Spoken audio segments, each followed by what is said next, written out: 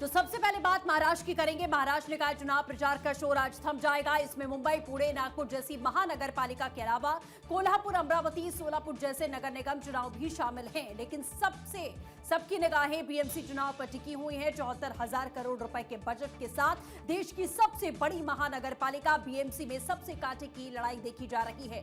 जहां एक और ठाकरे भाई राज ठाकरे और उद्धव ठाकरे हैं, तो दूसरी तरफ बीजेपी, शिवसेना, शिंदे गुट का गठबंधन है। इसके अलावा कांग्रेस, सपा, एआईएमआईएम जैसे दलों ने भी पूरा जोर लगाया है। ठाकरे बंधुओं ने मराठी अस्मिता का भावनात्मक मुद्दा उठाकर आखिरी किला बचाने में पूरी ताकत झोंकी है। और बीएमसी में 30 साल से ज्यादा सालों से शिवसेना का कब्जा रहा है। उद्धव ठाकरे परिवार इसी आखिरी किले को बचाने की चुनौती में है। शिवसेना के बंटवारे से पहले 2017 में पिछला चुनाव शिवसेना और बीजेपी ने साथ में लड़ा था। शिवसेना को 84 और बीजेपी को 82 सीटें मिली थी। हालांकि तब शिवसेना और बीजेपी की राहें जुदा नहीं हुई थी और न ही शिवसेना में दो फाड़ हुई थी। ऐसे में उद्धव राज के अलावा आदित्य ठाकरे, अमित ठाकरे समेत पूरा कुनबा इस वक्त मैदान में है।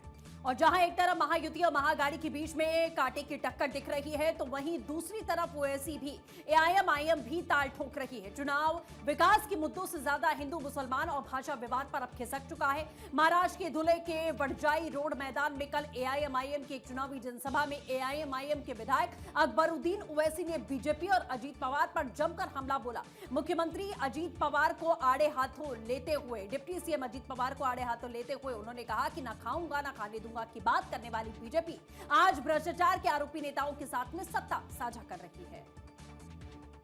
कई लोग उनकी पार्टी में है, ठीक है, हर एक का इख्तियार है, हर एक का इख्तियार है। वो चाहे जहां भी जाता है जा सकता है, जिसके पास भी जाना चाहता है जा सकता है। महाराष्ट्र की सियासत का सबसे करप्ट, सबसे बड़ा अल्लम गल्लम करके इधर का उधर का, यहाँ का वहां का पूरा पैसा बटोर कर लूटने वाले लुटेरे का नाम अजीत पवार है। वहीं भाषण के आखिर में उन्होंने मकर संक्रांति के पर्व और पार्टी के चुनाव चिन्ह पतंग का जिक्र करते हुए कहा कि ये अल्लाह की शान है कि विरोधियों के हाथ में भी हमारी निशानी है। उन्होंने धुले की जनता से अपील की कि 15 तारीख को होने वाले मतदान के दिन केवल 15 मिनट का समय निकालें। और अब ये तो आने वाली 16 तारीख ही बताएगी कि लोगों ने 15 मिनट निकाले या फिर नहीं। लेकिन एक बात तो है कि ओवैसी भाइयों की रैलियों में जुटी भीड़ ने महाराष्ट्र की सियासत का तापमान खूब बढ़ा दिया है। और वहीं मुंबई की राजनीति एक बार फिर से उबाल पर है। देश की सबसे अमीर नगरपालिका बीएमसी के चुनाव 2026 से पहले सियासी गलियारों में हलचल भी तेज हो चुकी है। राजनीतिक गठजोड़, बदलते समीकरण और ठाकरे बनाम ठाकरे की बहस ने चुनावी माहौल को पूरी तरीके से गरमा दिया है। सबसे बड़ा सवाल यही है कि क्या महायुति गठबंधन 2024 जैसा प्रदर्शन दोहरा पाएगा। मुंबई का सियासी माहौल चरम पर है, क्योंकि आज से चुनाव प्रचार थम जाएगा। अब सियासी नेता नहीं बल्कि जनता की बारी है। वो तय करेगी उसके लिए कौन बेस्ट है और किसे वो रेस्ट देना चाहती है। वही महाराष्ट्र में बीएसजी समेत 29 नगर निगमों के लिए 15 जनवरी को वोटिंग होनी है।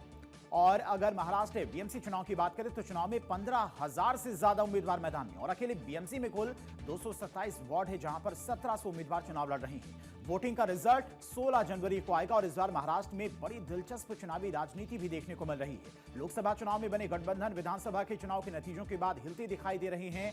तो नगर निकाय चुनाव में सारी हदें टूट गई। जो दल महायुति में थे वो आपस में फ्रेंडली फाइट लड़ रहे हैं। जो दल अघाड़ी के हिस्से में थे वो भी दोस्ताना जंग लड़ रहे हैं।